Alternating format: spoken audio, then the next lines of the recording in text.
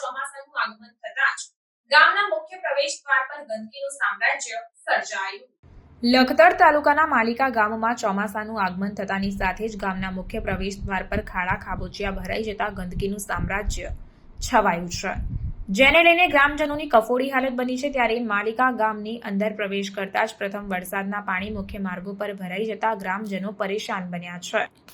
હાલ ગ્રામજનોને ગામની બહાર નીકળવું હોય તો આ કાદવ કીચડ વચ્ચેથી પસાર થવાની ફરજ પડી રહી છે। માલિકા ગામનો આ મુખ્ય પ્રવેશ દ્વાર હોય, અહીંથી પસાર થતા વાહન ચાલકોને પણ અકસ્માત સર્જાવાની ભીતિ સેવાઈ રહી છે તથા ગામની શાળાએ જવાનો પણ આ એક માર્ગ હોય, શાળાના નાના બાળકોને પણ આ ગંદકીમાંથી પસાર થવું પડી રહ્યું છે।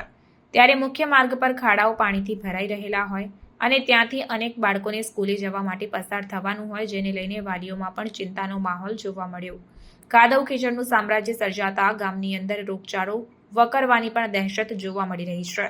ત્યારે માલિકા ગ્રામ પંચાયત દ્વારા આ માર્ગની યોગ્ય કામગીરી કરી ખાડાઓ બૂરીને આ પાણીનો કાયમી ધોરણે નિકાલ કરવામાં આવે તેવી માલિકા ગ્રામજનોમાં માંગણી ઉઠવા પામી છે।